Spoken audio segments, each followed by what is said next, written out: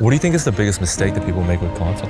They end up hating content creation. And I have this problem as well sometimes where it's sort of like the commercial goal conflicts with the creative goal. In this video, I sat down with Ali Abdaal, a creator that has over 6 million subscribers. If you were me, how would you structure the media team?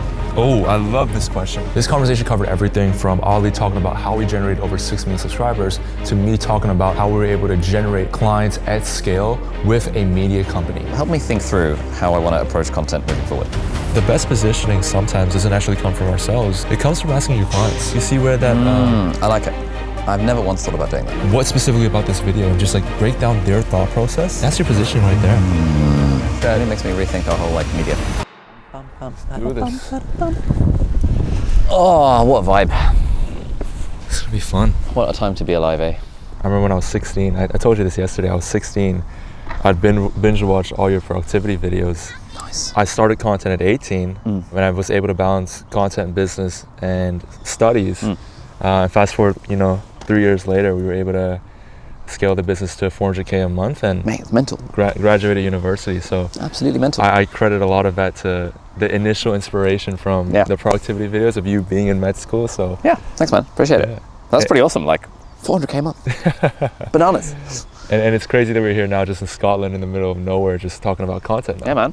So in this little castle, a little lock behind us. Yeah. It's a vibe. But yeah, I mean, conversation just about content. Like, I want to start off by just talking about what do you think has changed in content since you've been posting? It's obviously 2026 now. Like, what was different now compared to 2021 when that was, Ali in his prime? Yeah, so I've been doing content sort of seriously since 2017. And then really 2020, 2021 was when our channel really exploded. I think probably because of the pandemic. And we kind of hit the right space at the right time. In the early days, and to be honest, even in 2017, people were saying it was saturated. They're like, man, people who are big on YouTube started in 2008. So if you start in 2017, what are you even doing? It's too late, man. At the time, there was a lot less optimization going on. And when we kind of blew up in around 2020, 2021 and released our YouTube course, that was really, I think that was one of the moment, like us, Think Media, video, there was another video people, everyone started to converge roughly at around the same time on like YouTube optimization, like outlier theory, viral replication of titles and thumbnails and formats and all of that jazz. And then you got, especially in like the education space, you got like the Hormozi getting onto the scene and then people like Dan Martell doing it, and increasingly every business owner in the world has realized that content is the thing. And a lot of them have the budgets to put teams behind it. And so back in the day, if someone came up with an outlier, you would get a few months of like airtime on it before someone copied it. Now within like 5 seconds, all of the YouTube strategists for all of the biggest, like at least education, I think entertainment creators as well, are running group chats with each other. Their AI agents are trolling all over the thing, and like within 3 days you've got the copy of the copy of the copy, and so the half-life on a concept is a lot lower. And of course, I mean, there's the classic thing of back in the day, subscribers was a somewhat meaningful metric, and over time it's just lost almost all relevance as an important metric. And someone like me has to work just as hard, almost just as hard for their views as someone just starting from scratch. So it's so funny that you mentioned like the Hormozis, the Gary V's, the Dan Martells, because those are guys that are business owners that built entire media companies within their personal brands and are pumping content like they're pumping so much volume and so much output. And compared to like back then, where it's like you could get away with being a solo creator, you could get away with just being like a one-man show and just scripting videos yourself and doing everything. But now it's almost, I wouldn't say it's impossible, but you're fighting an uphill battle if you are and just one creator by yourself. Yeah, and I think it kind of depends on the goal as well. Like there are a lot of solo creators that are doing it for the craft. And it's like, great, if that's your goal and you're doing it as a hobby because you like the idea of making cool stuff, amazing. You can totally do that as a solo creator. But it's sort of like the difference between being an artisan, I don't know, a custom woodwork designer that makes a new chair once a year because they love the craft of it, versus being IKEA, churning out chairs by the zillions for the mass market. And now YouTube and social media as a whole has both parties competing for the same kind of attention, which makes it very difficult for in some ways it makes it difficult for the solo craftsperson to stand out. But in many ways, if they're just like going for quality rather than quantity, that is also a viable strategy. Yeah. It just kind of depends on the goal. What do you think is the biggest mistake that people make with content?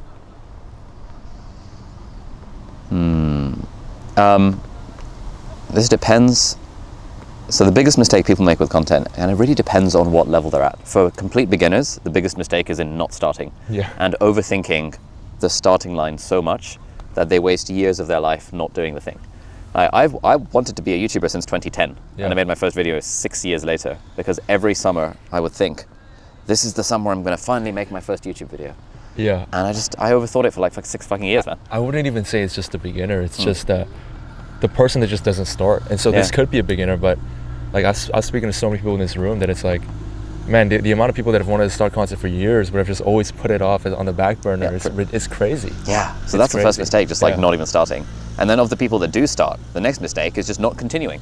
Because often people don't see results immediately. And content is one of the things that it compounds very slowly over time. Usually when you start doing it, you suck at doing it. And so obviously no one's going to pay attention to your stuff because it's objectively crap.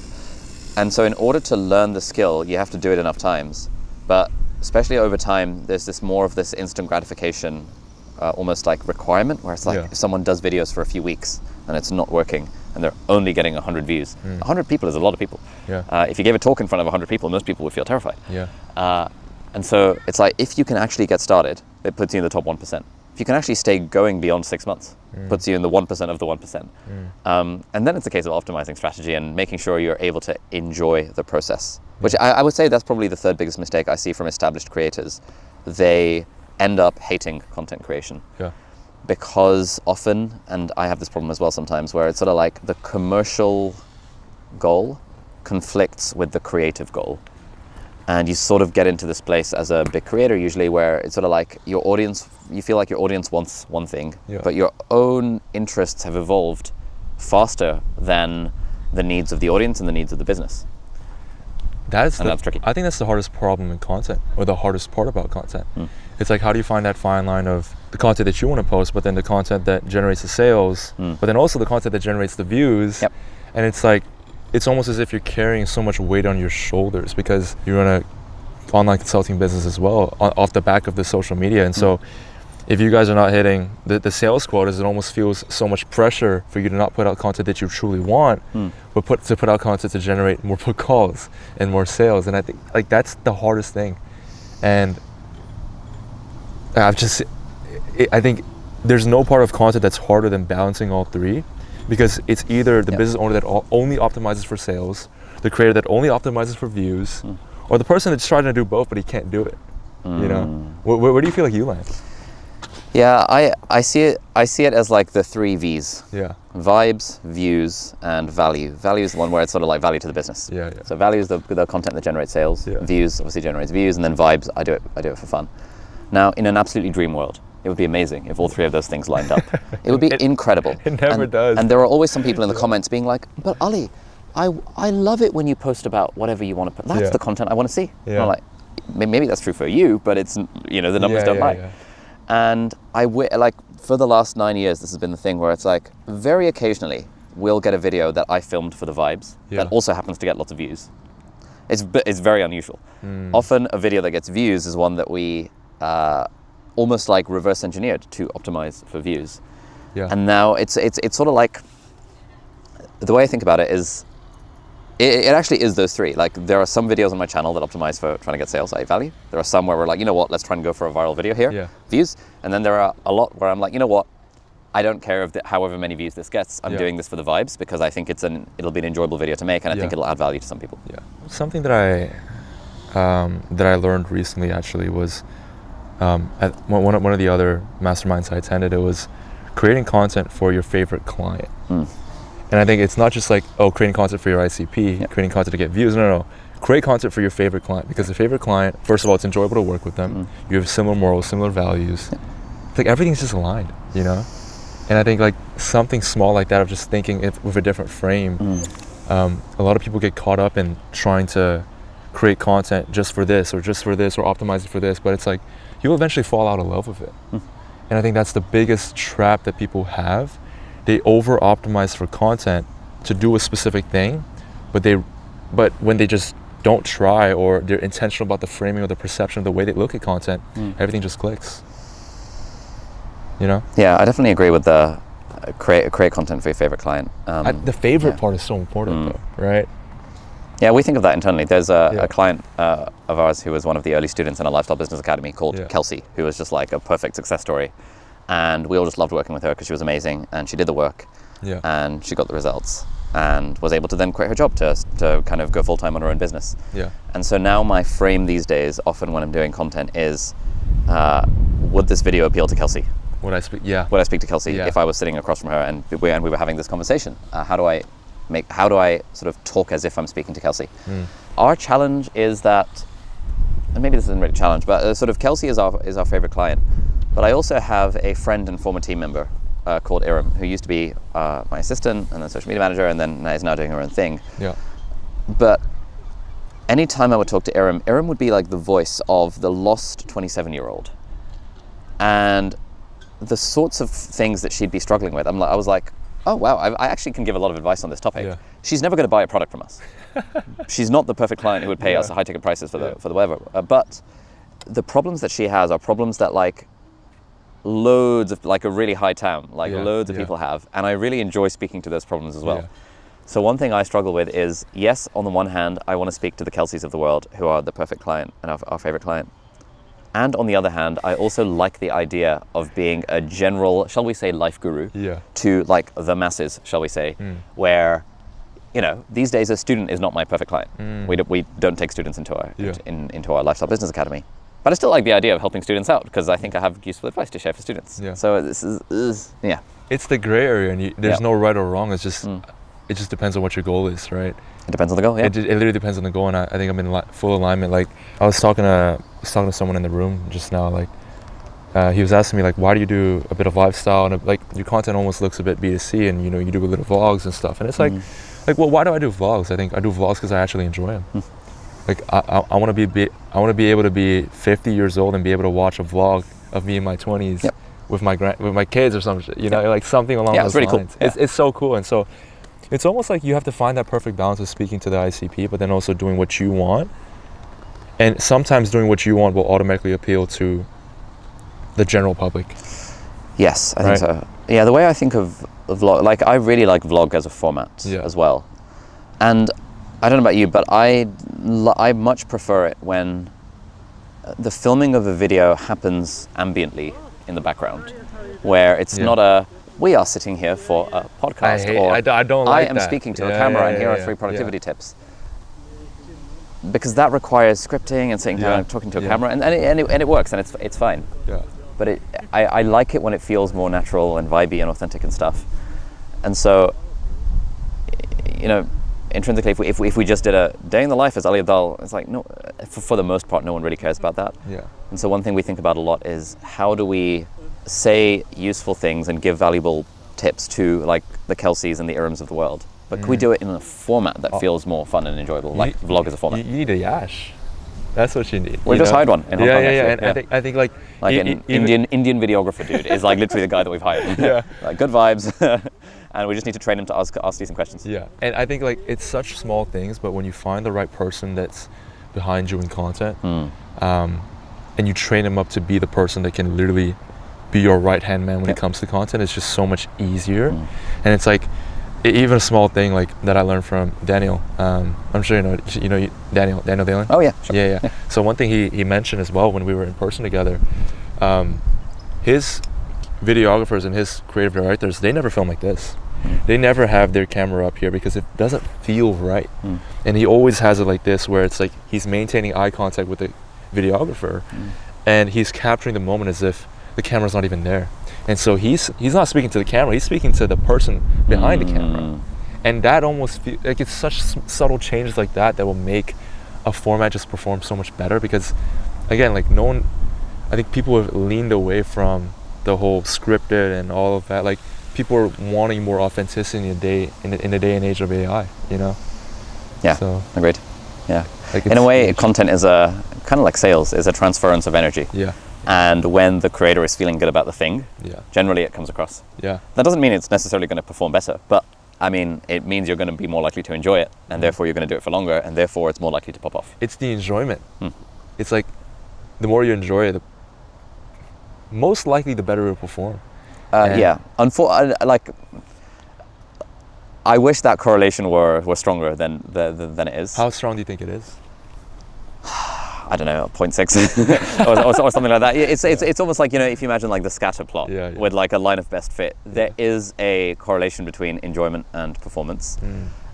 And also there is a correlation, at least for us, between how much effort we put into the packaging and performance. And there is a little bit of a correlation between, actually there's quite a strong correlation between how much I prepare the structure. Good save.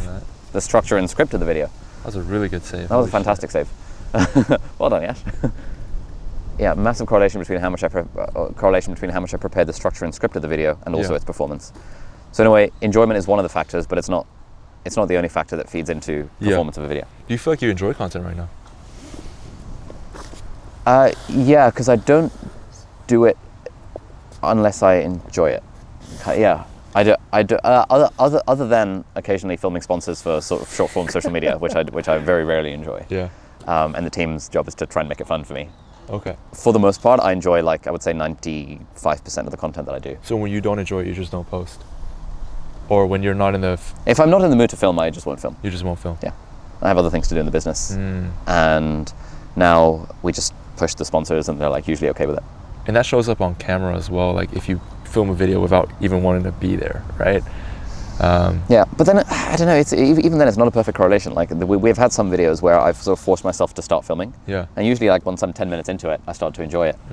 And at the end of it, I'm glad I filmed it. Yeah. And sometimes those videos do really well. So it's always been a bit of a challenge, because I don't think it's as easy as only do it when you feel like doing it. Yeah. Because if I only went to the gym when I felt like doing it, I mean, I would be as skinny as I currently am. But like the people that go to the gym go even when they don't feel like it. Yeah. And then once you're in there, you find a way to enjoy the process. So I struggle personally with this balance of, on the one hand, enjoyment is a really important thing to optimize for. Yeah. But there's like macro enjoyment, and then there's like doing it just because I feel like it in the moment, which are different sort of things. I think having, for example, the team and the setup and everything to reduce the friction also makes it easy to just get started. Having someone to talk to just makes it easy to get started. Like so many different ways to just try and optimize for having fun, providing value, and doing it forever. And I think as a business owner, it's like, I think the majority of people that watch my videos are making really solid money and wanting to establish content for clients, for the sake of sales. And so, like, for the business owner that has the money, it is so easy to start content because talent is the cheapest it'll ever be. It's not expensive to get a camera. It's not expensive to have a nice setup. It's not expensive to buy a key light. Like, you can just buy all of this and set it up one time, or have someone set it up for you. And there are videographers that you can hire for $100 an hour and just make it easy. And one thing that worked for me was literally paying like a 5K retainer to my content team. And the fact that I'm paying that every single month, if I don't film any videos, I'm still gonna pay that. So that's almost like my accountability in the beginning. Let me just pay a monthly retainer to get that whole thing going, and never feel like I want to waste it. Because if you're paying 5K retainer, they're not editing videos. That's like the worst feeling ever, right? Yeah, we have 3 full-time video editors, so when there's no videos in the pipeline, I'm like, you just feel shit. We're losing more than 10K every month. Yeah. You really just, not even that. I think more. Because obviously the videos contribute to all the sales and all that. All opportunity costs and everything, But yeah, I want to talk about the conversation we had last night about, I guess, the team structure and organization and everything. And you've been basically a creator most of your life. How has that kind of perspective changed, or how have you kind of developed into more of like a business? And what's like the biggest lesson that you had to unlearn? I had to unlearn? Yeah. You mean going from creator to business? Yeah. So for me, I actually started off as a business first. Oh, really? My very first business, I'd been trying to start businesses since the age of 13. Okay. And broadly failed at everything. But then when I was 18, I built this like medical school admissions courses business, where I was teaching courses like in real life, helping kids get into med school.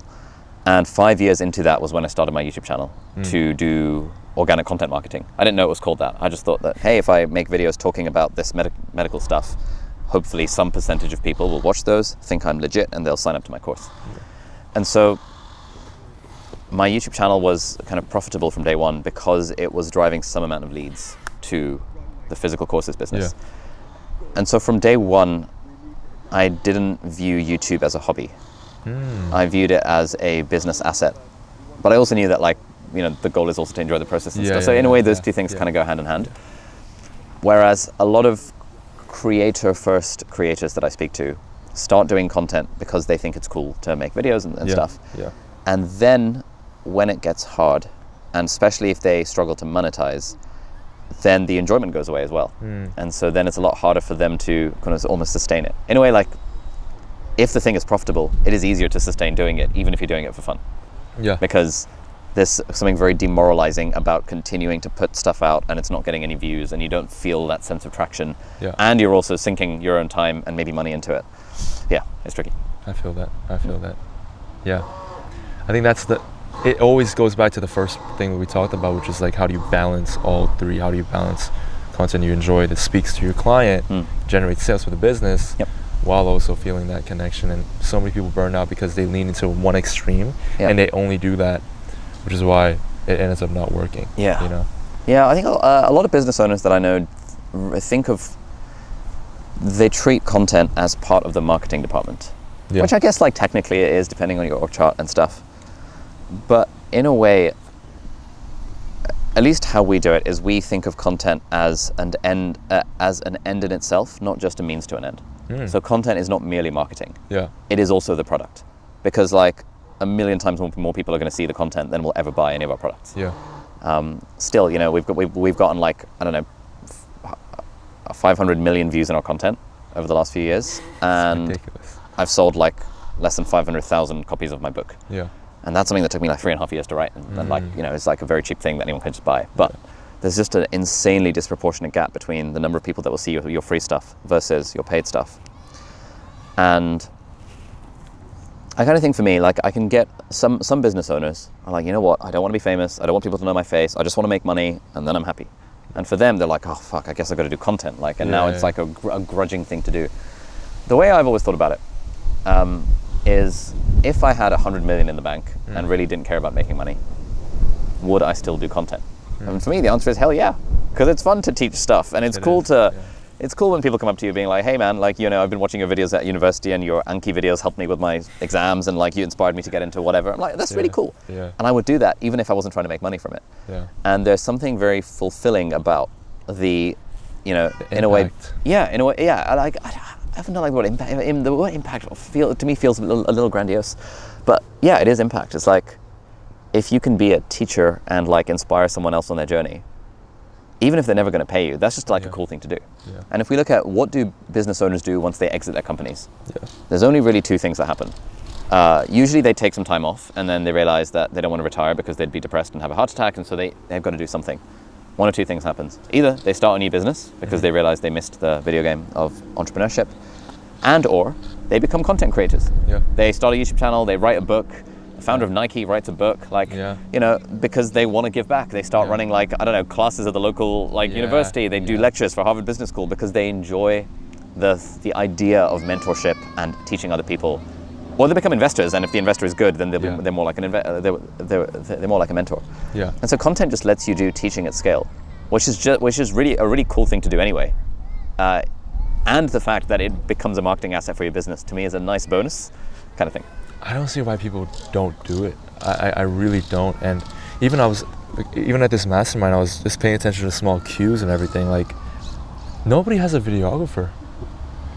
Like, nobody really has a videographer. I think I saw one other person bring a video guy here, and we were in a room full of business owners that are doing over $1 million a month. Not a single person apart from me brought a videographer. Luckily you have one, but you just hired one, right? We just hired one. Yeah, he's in Hong Kong at the moment. We thought about flying him here for this event, but I thought, you know what? He was in Thailand with us for 10 days. I've got my own camera. You know, if I want to do content, I'll whip it out myself. Yeah. And so it's like this whole thing of like, man, if you have money to spend, just pay some people to just make it frictionless for you, and it's just like the easiest thing in the world. Now, one thing I want to ask as well, what do you think you would have done differently about your brand? Like if you were starting over again, was there anything that you would have done differently? If I was starting over again today or back in 2017, because Today. Yeah, today. So if I was starting over today, what would I do differently? Yeah, I think my 2017 strategy was good for the time that I was in. If I was starting today, honestly, I would just speak to my ideal client, my favorite client, and find a way to do that in a way that felt enjoyable. Yeah. In a format that felt enjoyable, whether that's long form podcast or YouTube video or even shorts.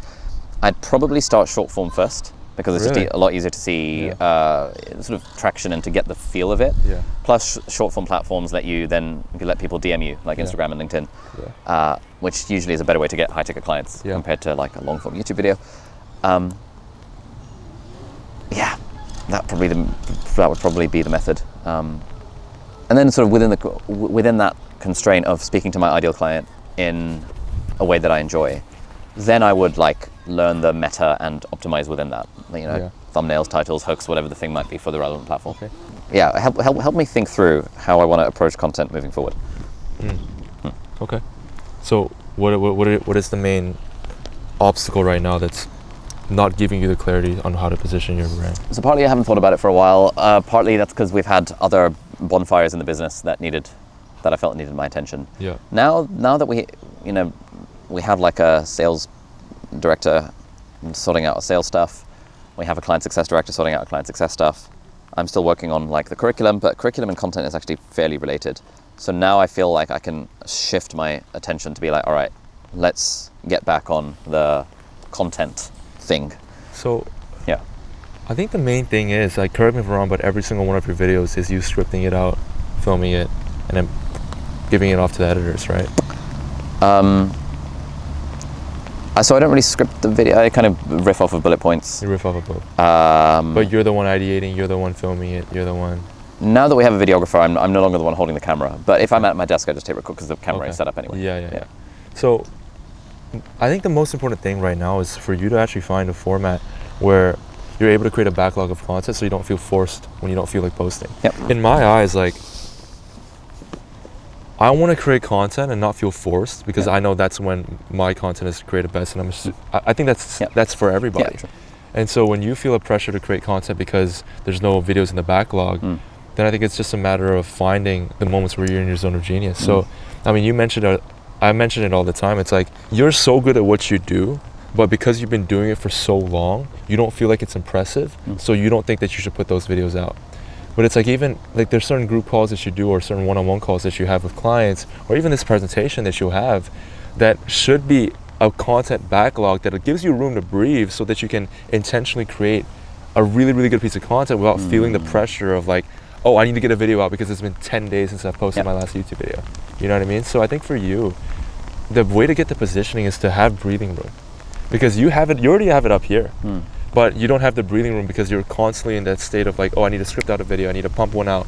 But it's actually not always about scripting, it's about finding areas where you're already doing what you're doing and capturing those moments. And I say this all the time, it's like, your best content has already happened, you just haven't captured it.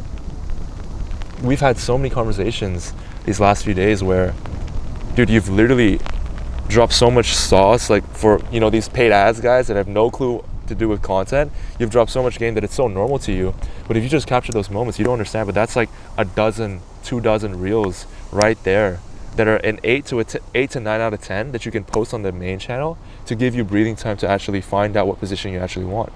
But sometimes the positioning is not actually what you intentionally created, it's just doing what you're already doing or capturing those moments. Okay. Well, what do you feel? So part of the reason why I didn't bring a videographer to this event is because at this event, I'm not speaking to Kelsey or Iram. At this event, I'm speaking to someone like you who's already doing $400,000 a month. Yeah. And our favorite clients are doing $0 per month and working towards 10K. Yeah. And are like mass market people. Yeah. The thought, like hearing you say 400,000 a month, they just cannot even begin to fathom that. So, yeah, what do you reckon?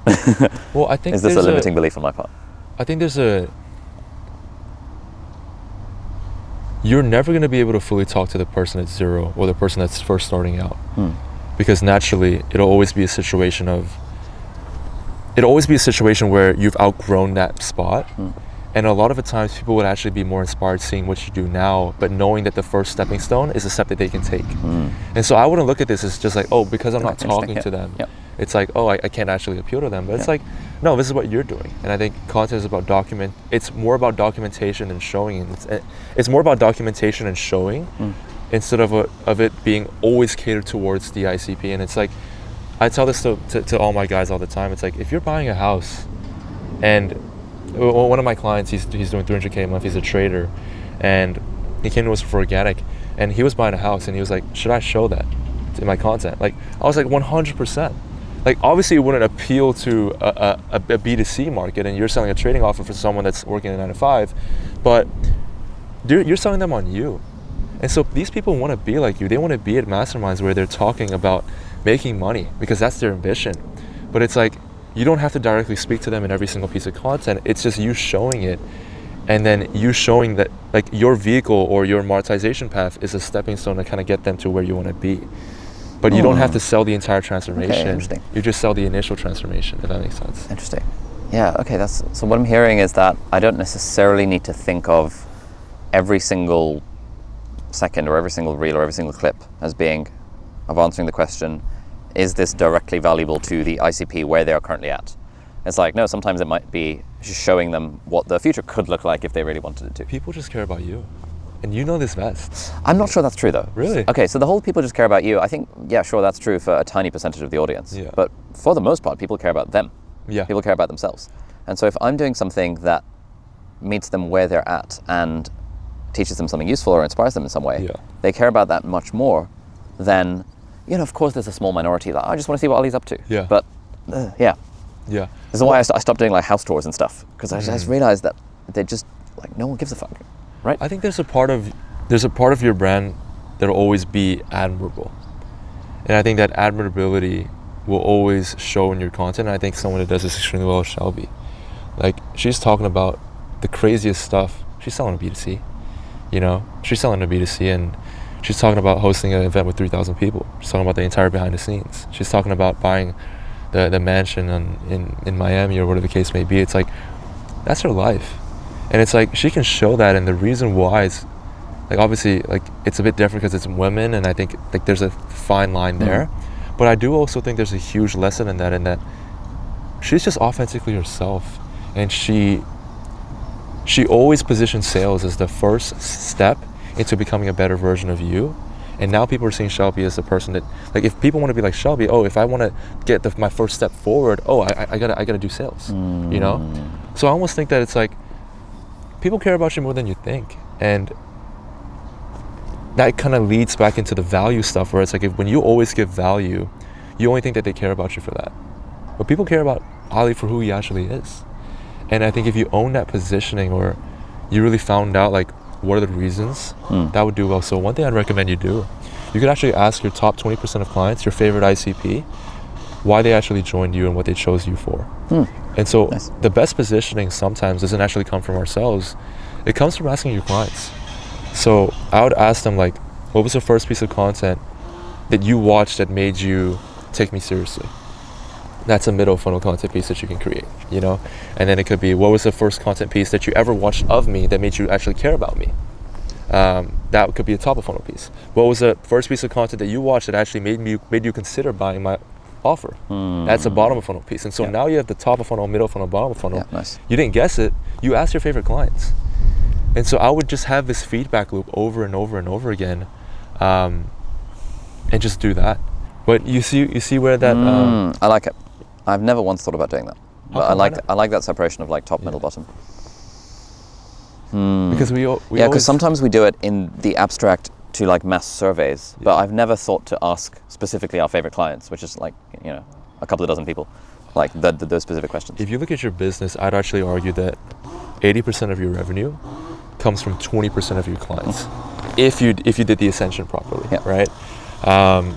And instead of just going after like all your clients or even your audience, like your audience won't, like, it'll just be confusing because it's everybody. It's a lot of noise. There's like a person doing $1 million a month, and then there's a person doing 0, and a person doing 100, and like you're listening to all that, but it's like, okay, who are you actually serving? What business are you trying to actually scale? So it's the Lifestyle Business Academy, correct?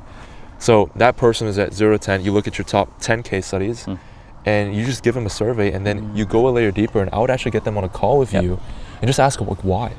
Like, what specifically about this video? And just like break down their thought process. That's your positioning right there. Nice. Well, that's a very good tactical idea. I like it. Yeah. Thank you. Right? That's very helpful. And so I'll send over the questions that you're going to ask. We call it the buyer mirror form. It's just like you just implement in the onboarding. And if someone is ICP and they meet a certain level of qualifications or criteria, they're allowed to fill out that buyer mirror form. We get that feedback. That feedback gets translated straight to the content team. And then the content team is creating ideas based on what that whole thing is. And so now it's like, you're not doing all the heavy lifting. You're not doing all of the entire process. It's like, no, you're doing the heavy lifting still, but you have a team helping you out with the ideation, with the entire process. Nice. I like it. You know? It's a good idea. So that's a really good idea. That would do really, really well for you. And it'll alleviate so much pressure for you having to ideate and script everything, because now your content team should do it as well. Yeah, because I find it so easy recording, like doing workshops for our clients, our students, and recording looms for our curriculum. Because I know who I'm speaking to. And it's just so easy. And I know that they care, and I know that they're here for the outcome. And it's like, all the pressure goes when I'm recording a loom. But as soon as it feels like a YouTube video, then it's like, the pressure. Yeah, the pressure's back on. The pressure, and then you want to get the views, and but you want to appeal to a client. Does your sales team speak to the content team at all, or are they not really? Are they separate departments? They are separate departments. We don't really have a content team as such yet, but we're in the process of restructuring. So but that's a good idea. They really should. I would 100% get your content team and a sales team on minimum 2 calls a week, so that the sales team can update the content team on what objections they're facing, what limiting beliefs that we need to remove, and what we're seeing in the sales process, because those are the exact videos you should film for middle funnel. And so we've been like, it's so easy to want to just create content like, oh, we feel like, oh, this will help them, but it's like, we just gotta ask them. Like, we're just overcomplicating. There's a benefit of doing sales calls as well, that we get like literally that first party data. Exactly, and then you can create like a Claude integration where you get the Fathom transcript. The Claude transcribes exactly what objection it is with an SOP, and then that specific thing gets sent over to Discord through some API connection. I couldn't even explain it, but then your content team knows okay, this is the main objection we're solving. Within a month, we don't want to hear this single objection on a sales call. And so as you stack your middle funnel content pieces up, it's like every single objection gets completely removed, and you'll see like your prospects will be so much warmer on the calls, and you'll be able to do a price increase every quarter. A good frame of thinking for a middle funnel content or trust building content is, how can I charge more? How can I charge 2K extra? What objections am I facing that I can solve in my content so that the sales team doesn't have to handle it? And you're in you mentioned yesterday your bottleneck is hiring closers, right? Currently, it'll be easier as well. It's not even hiring closers, it's like the sales process as a whole, to increase our close rate, which we're getting a bunch of objections and stuff right now. Beautiful. So actually, middle funnel, bottom funnel content from your ICP would be perfect. How do you make sure they see it though? Because every piece of content is viewed by 0.1% of the audience and all of that kind of stuff. So we actually send it to DMs. Oh, okay. Like we send hey, watch this before the call kind of thing. So we have a very, it depends on the type of leads that you have, but you know this best, like YouTube leads are absolutely amazing. And so it's not about I wouldn't say it's necessarily about getting everyone to watch it, it's just getting the right people to watch it. And if you package it the right way for the right viewer to see that in their homepage and just click on it, like, you know this best, you know? And I think the most important thing is how do you find that ability to balance middle funnel content with everything else? So I would actually recommend doing a second channel. You have a second channel. Yeah, we have a second channel that speaks to the ICP. Perfect. So that's a good point. We could just chuck. I would chuck everything there. How many client interviews do you have up right now? Client interviews? Like case studies? Yeah. We have 0 of them uploaded. We've done about 20 of them, but they're all sitting on Riverside. Like I would, oh my gosh, like every time we do a client interview, the next week, we get a new batch of warm leads, because it's almost like each client interview is explaining someone's ICP and the process of how an ICP can go from where they're at right now to where they want to be. So on that note, Angus, can we get a podcast with Kelsey in the books, like IRL? I love that. Yeah. Okay, you gotta put him out. Okay, great. Like, easy. Because it's almost like imagine a prospect that has a exact specific situation as Kelsey, for example, watches that video. How nurtured are going to be? They're going to be a complete laydown. And so one thing we're trying to do is we're trying to find like every single niche and every single type of coach in different industries. We're trying to like get a banger case study, and then we just rip it, and then we send it to every single, like we can retarget people to watch that video with retargeting ads and all that, and then boom, right? And so every Amazon FBA coach would watch the Amazon FBA coach that went from 30K to 150K, you know? So now you have all the different ICPs and all the different pockets. You want to have like 3 main ICPs that you target. So maybe Kelsey and maybe this and that. So 3 people, and then just film tons of case studies so that there's no reason they wouldn't buy. Yeah, I like it. The other idea I'm thinking about is we're just about to get a new office in Hong Kong, and I want to set up like a little podcast setup in there to make this super frictionless. Yeah. These sorts of case studies and interviews are much nicer when done in real life. Yeah. And I realized I was thinking, I can't be bothered to fly to all these people. I could just fly them to me. Yeah. They would, we just fly them out to Hong Kong for like a few days, put them up in a nice hotel, they get to hang out in the office with the team, and we film a little podcast, and it would be like, they would love that. No. And I think one thing as well about these client interviews is like, it's so fulfilling. Yeah, it's super fun. It's so fun because you changed their life. And I think we can get so caught up in like wanting to hit record months and business and all that, but it's like we're in the game of changing lives. And when you can see how much you impacted your client's life, it's like not only is that a banger piece of content to put out, but wow, is that like a whoa, you know, like I did that, I helped her do that, and whatever the case may be. So 100, you're like the king of top of funnel. You're the king of top of funnel. But if you just integrate a bit of these bottom of funnel videos and these client case study videos, it'll do extremely well. And then even the middle of funnel, like getting your content team to speak to the sales team. If you intertwine the two, that would do so well. Because I guess we can just do that on our second channel. Yeah, we don't need to dilute to the main channel with like exactly. And I think that's the pressure as well, because your main channel has to have a specific quality. Yeah. We only started the second channel like 2 months ago, and so I still think in terms of the pressure of the main channel. But actually, we've just got the freedom to do whatever we want. On you can test whatever you want. And so we actually tested a client value interview SOP format, and essentially what this is obviously it's a client interview, but the problem with client interviews is it's very boring. Yeah, it's like, what's your story?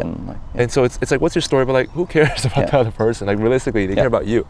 And so how can we make it selfish for that person to actually, for the viewer to actually care about this person? And so we almost position it as like, the client actually achieved an outcome that people want. So how this person achieved 10K, and someone that does it super well, Simon Squibb. It's almost like you can do a whiteboard video in the beginning, or a visual element of like, what did they do to scale from 0 to 10K a month?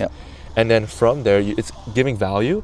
And then in the latter half of the video, it's actually the client interview, where you're talking about their experience inside your offer, their experience inside everything. So it goes back to your question about how do we get people to watch it? What do people watch? They watch the value videos. And so how can you package the client interview to look like a value video in the front end, so that in the, they'll actually click on it, and then by the time they click on it, easy. Just nurtured. Easy. Boom. I like it. That's a great idea. Beautiful. Did that help? Yeah, very helpful. Yeah. Okay, so there's a few things I'm taking away here from this. And I'll get the transcript of this, so I have the thing afterwards. Dude, I saw your hand twitch a bit because I knew you were gonna. I was like, but it wouldn't look weird if I was So dude, you know what was the funniest thing? In dinner yesterday, we were just having a conversation. I was like, why is Ali putting off his phone? And then it was like the meeting notes thing. VoicePal, one of our apps. That's so funny. Okay, so I love this idea of asking our favorite clients basically the top, middle, and bottom of the funnel questions. Top of the funnel being like, what made you first discover my stuff? Middle of funnel, what made you first decide to apply to Lifestyle Business Academy or to take me seriously? And then bottom of funnel, like, what made you decide to like pull the trigger and actually apply to the thing? Exactly. I very much like the idea of doing middle and bottom of funnel content. Bottom of funnel definitely on the second channel. Top of funnel definitely on the main channel. Middle funnel depends on vibes. And then I think as well, you can do a middle funnel on the main channel, but then collab it with the second channel, so you drive more people. Easy. You know that. So easy enough. Right. More client case studies, because we now have a good amount of them. We're just haven't gotten around to really doing anything with them. So you shouldn't do anything with them. Like you shouldn't be the one asking them for a client interview. I'll send you the SOP that I have my CSM do. Yeah. Essentially, when someone crosses a certain threshold, they immediately get almost like a not a graduation call, but like a check-in call, and then we ask them, hey, like, would you want to sit down and film a sit-down video with Sue talking about your transformation, your story, how you got to this point, and show what's working? Of course, you know, like who wouldn't want to, blah, blah, blah. And then we sit down, and then my CSM collaborates with my assistant to make sure that we pay for their flights, their hotels, everything, and then they fly out to where I'm at. We film a video. Yash books the studio, and then boom, it's sorted. So it's like that entire process should be done without you. Nice. Frictionless. That would be great. So we give you the SOP, boom. Yeah, dude, that's it. Yeah, if I just saw and I'll be like, oh, client case study happening next week with person X, and it's on my calendar. I'm like, great. Yeah, and amazing. then everything is sorted for you. You got the in-person studio, so. Yeah.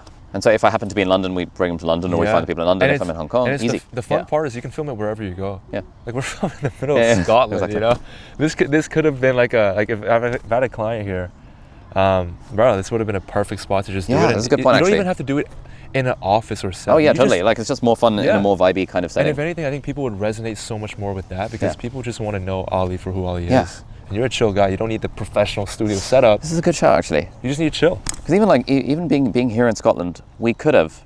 Hey guy, have a listen. We could have, if we'd thought about it, just brought Kelsey or someone to Scotland. And just. Yeah, exactly. Ooh. But yeah.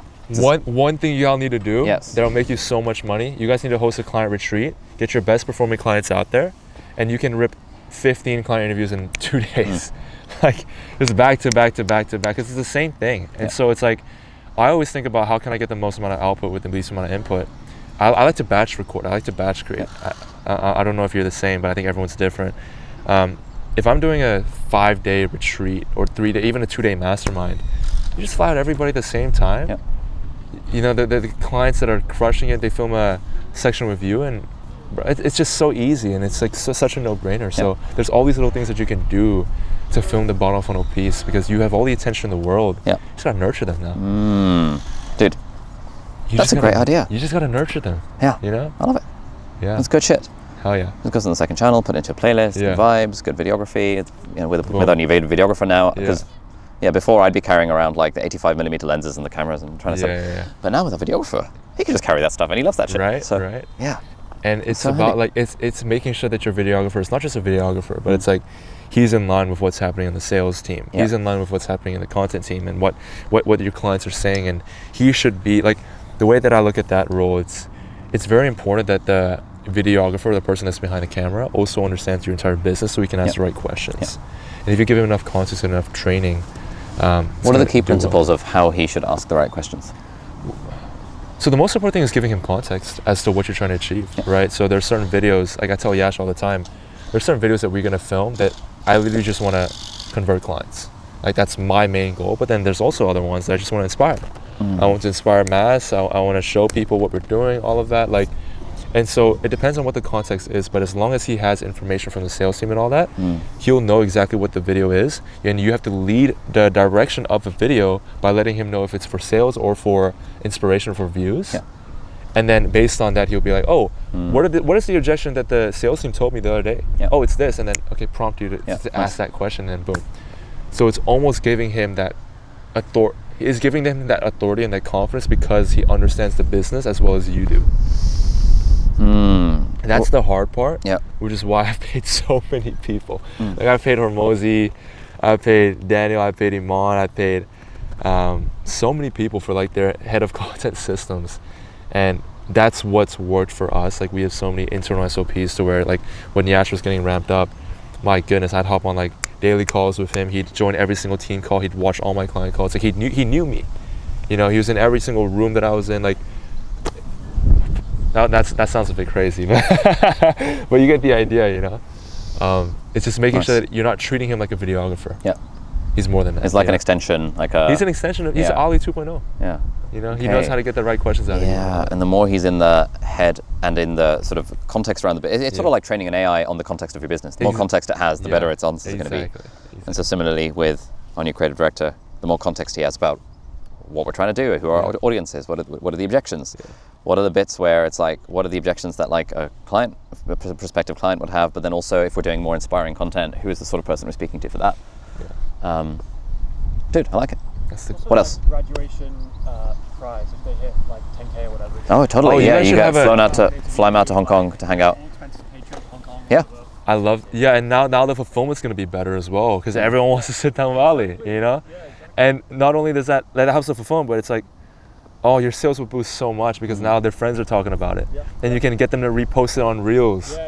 And then all their friends like, oh my gosh. It'll be good for the clips as well. Their friends will turn it into ads. Yeah, it's just the little it's just a flywheel.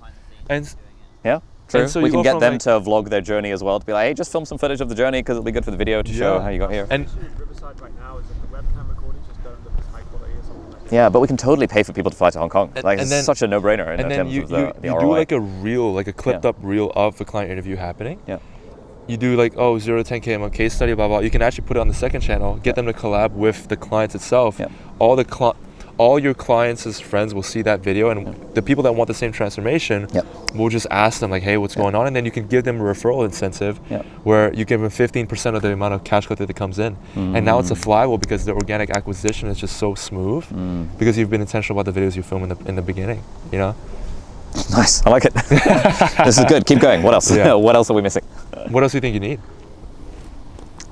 I don't know. We covered bottom funnel, like, you know, the client interviews, making sure that... Talk to me about your clipping methodology. Okay. Yeah. Well... Okay, so I'll give you some context on our situation. So I do, every week, I do like 3 to 4 hours of Q&A/masterclass for our clients over Zoom, but I always have a fancy camera and I always hit record on it. So I have like loads of high quality raw footage of the stuff. Yeah.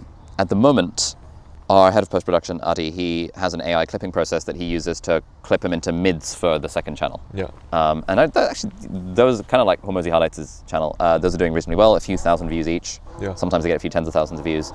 Everything's UTM linked, and we've already seen like conversions to our high ticket offer on the back end off of that. But on top of that, I also have a shit ton of main channel videos on YouTube. Yeah. And on top of that, we also do like, we do some dedicated social media filming. We're just like, you know, we get like 30 hooks and like, here are 3 books that can change how you think about money, whatever, this sort of stuff, times 30. But then we also, like, now that we've got our creative director filming, sort of ambiently filming conversations and stuff, we just have a shit ton of footage. And so how do we turn that terabytes worth of footage into clips? So clips and mids for socials. First things first, I would hire a full-time in-house clipper. Okay. That's the first thing. Like, their main job is not even to edit videos. Their main job is not even to ideate. Like, it's nothing. It's literally just going through the footage and clipping. Like manually or AI assisted or anything like that? Manually in the beginning. Yeah, sure. Manually in the beginning, and I guess that's easy to hire for as well. We just give someone a video and be like, hey, what are the 5 clips you'd create from this? So here's the tricky part, because they're gonna give you some shit clips. You know, they're gonna give you some shit clips, and so you almost have to have like a standard of like what makes a good clip or what makes a good video. Yep.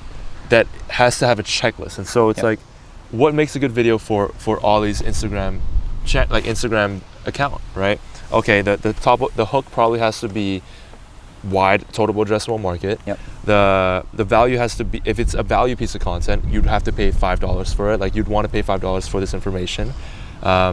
Something along those lines. Like, the retention is interesting because there's a big open loop in the beginning, and so it's like you have like 3 to 4 criterias, and the editor would actually test, the clipper would actually test each clip against these 4 criterias. If one of the 4 is missing, it's not a good enough clip. We don't clip that. And so you're almost training him, and every single week we're getting our clipper to actually present us 10 really, really solid clips that he thinks is good for the main channel. And out of those 10 clips, we probably choose like 2 to 3. Yeah, for your Instagram. For my Instagram, and then those get put out. And then the beauty about these clips is that, let's say it's not a good enough clip, but the value was super good. You know, you answered a question extremely well, but the hook is weak. You can just refilm the hook. You can just refilm the hook. Dude. And so Wait, now so your full-time clipper is generating, ultimately the output is 3 clips a week? That seems quite low.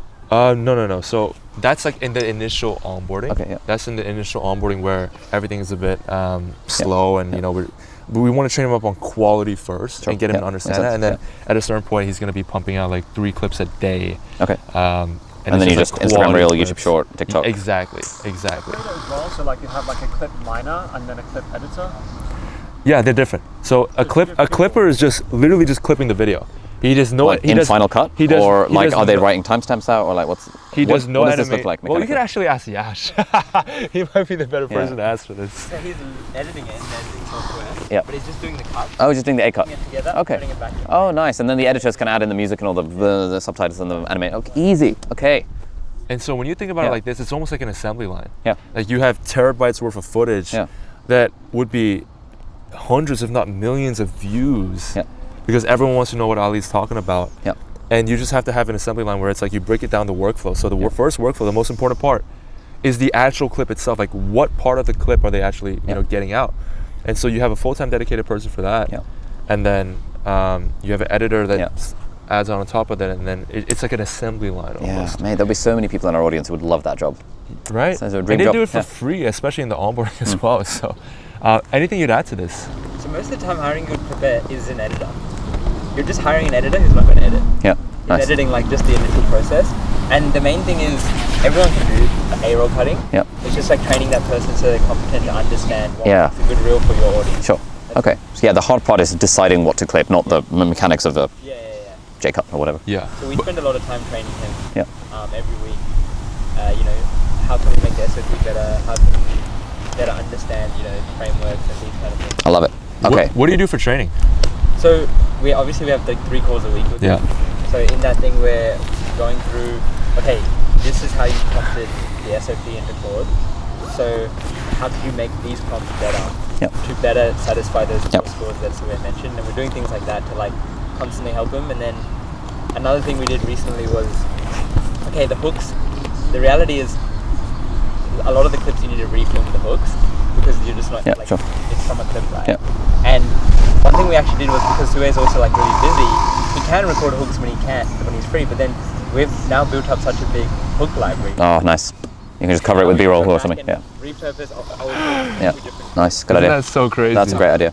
Amazing. Yeah, we've just done this with some ads where I filmed like 10 hooks for one of our software products, like 5 different bodies, a few different CTAs, and I built like a Claude Code workflow to like actually do the editing. And it's now, like yesterday night, it spat out 308 variations, and we've uploaded the top 30 to Meta Ads Manager. Dude, it's so like that same sort of principle applied to. It's so crazy because the people that are good at ads that always split test the hooks would crush organic. And I say this all the time. It's like, if you have that much intentionality about your ad creative, you'd crush organic. You'd 100% crush that, especially with trial reels going on. So yeah. Okay, so the clip thing is interesting then. Okay, so how would you, if you were me, how would you structure the media team? Oh, I love this question. Who do you have right now? Okay, we have. Here's the setup right now. We have Nicole, who is on our head of social media, but she focuses entirely on Instagram. So what does head of social media even mean? Basically Instagram So gal. she posts content? She posts, she does the scheduling and stuff. She's responsible for the Instagram growth metrics and stuff. Deals with all the sponsors back and forth for Instagram to make it a profit center rather than a cost center. And then she is responsible for the short form filming days where she prepares the hooks. And sometimes, and so that's like talking head type content, but sometimes she'll be like, hey Ali, there's this trend, I'm going to film you doing this, and then and so she does those sorts of.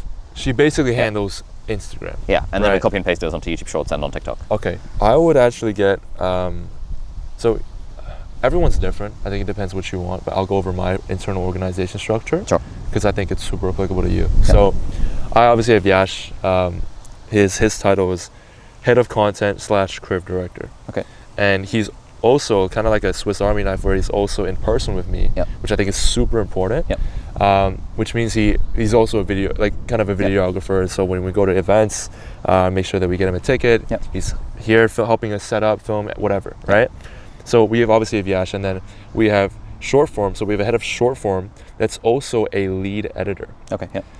And his whole goal is to make sure that the short form is performing. He's providing ideas, he's providing insights, all of that. And he's leading the clipper below him and the junior editor. Yep. And so super important to not just label someone editor. You want to have junior editor, you want to have senior editor, you want to have like a head of short form. And do you separate out long form and short form editors? Yes, Okay, you have to. interesting. Yep. You have to. Cool. I think it's just a completely different ball game. So 'Cause- I have. yeah. Go ahead. Okay, so we currently have a head of post-production, Adi, who's really a long form editor, and he manages our other long form editors because we So have he like sh- 4 long form So editors. he should be head of long form. Yeah, but our short form actually is like 10 different freelancers, and like it's. Ooh, you gotta bring him in-house. So we need a Yeah. in-house. Yeah. Okay, so we need a head of short form editing. Yeah.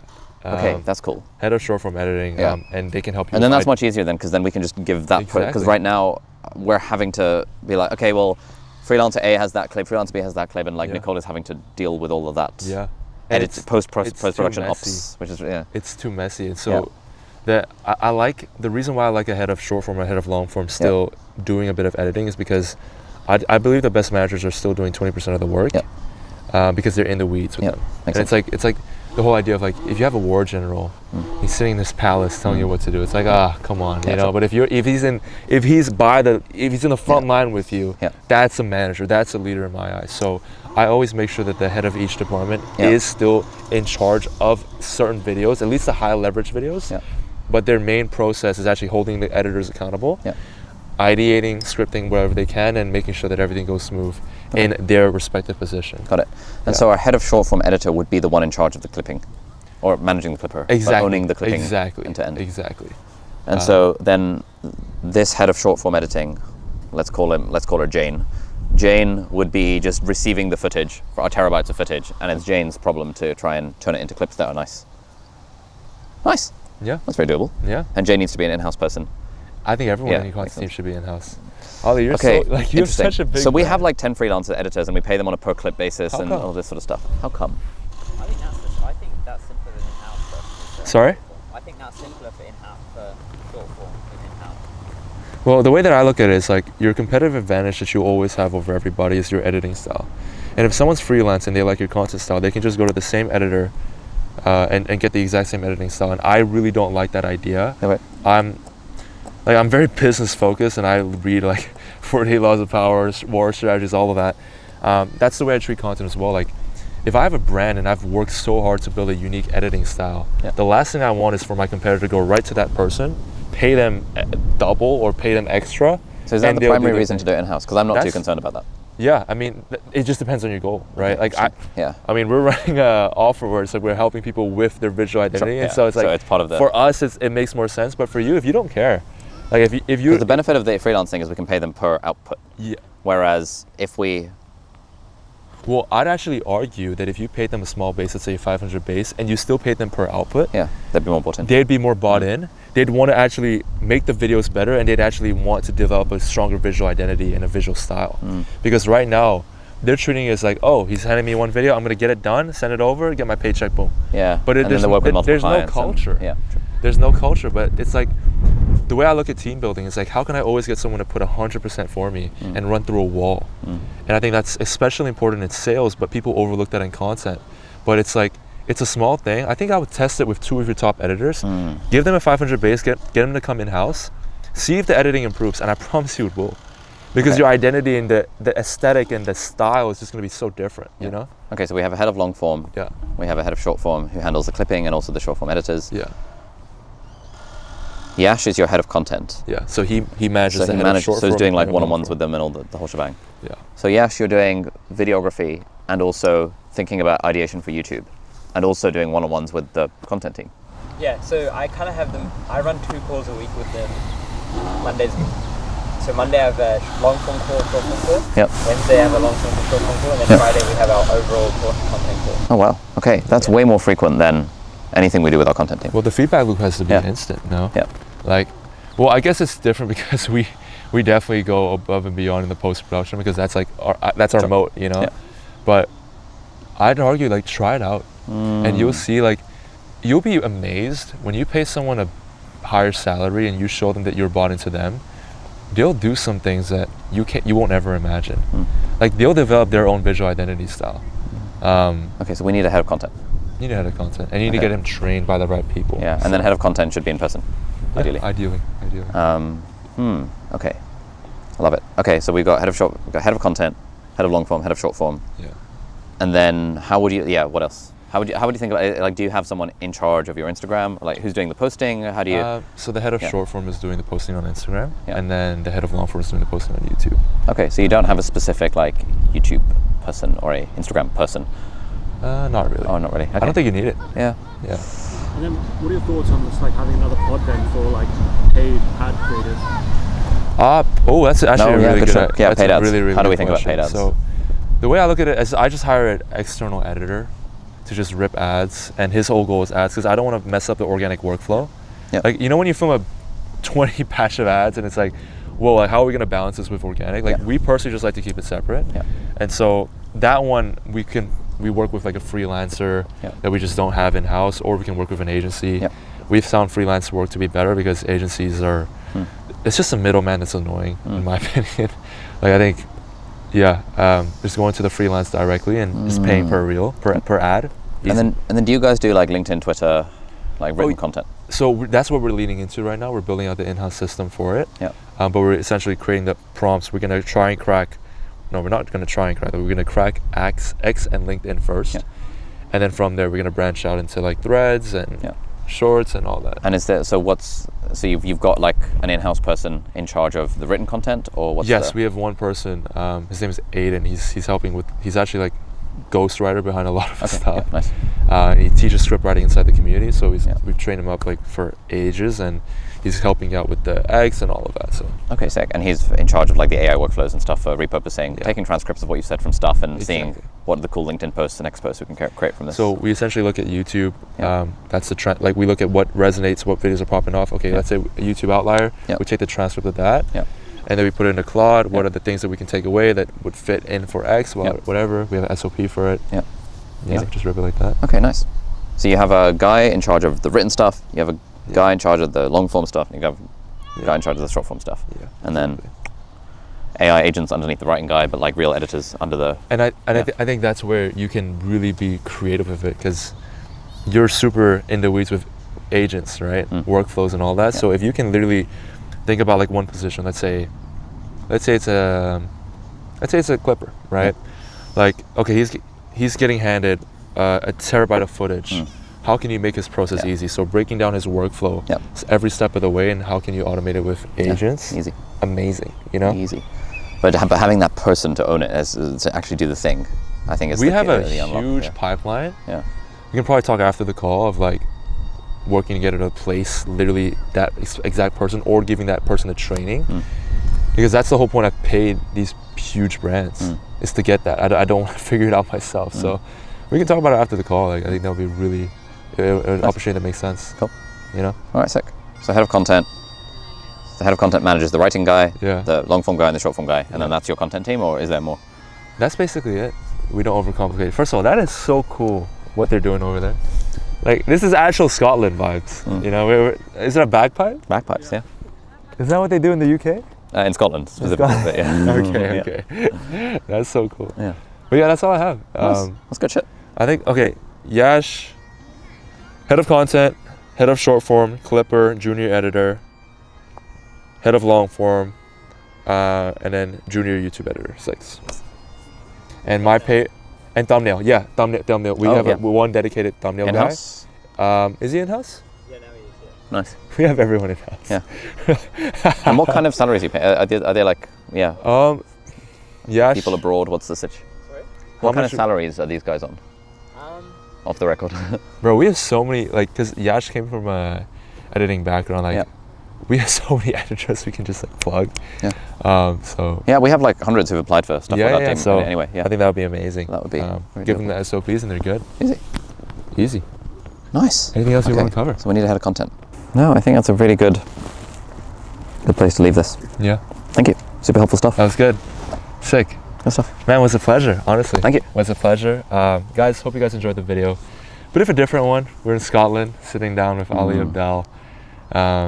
And was it helpful? Yeah, super helpful. Yeah. Like, I hope that... It really makes me rethink our whole like media. I think that's the beauty of these conversations, because it's like, you have such a unique perspective from a creative aspect. But then I have like the, you know, like the Hormozy, like, you know, like the more like business, system and the business way. And so it's like two worlds clashing. And it's like, I can learn so much from you, and then you can also learn like what we're doing on our side. And I think it's like, man, once you like really cross everything, it's just like everything will just be perfect. So Nice. I'm excited to see everything. We're gonna send over the SOPs. We'll talk after as well. And hope you guys enjoyed that video. Cool. See you guys in the next one. Peace. Nice, good stuff. Sick video. That was fun. That was very good.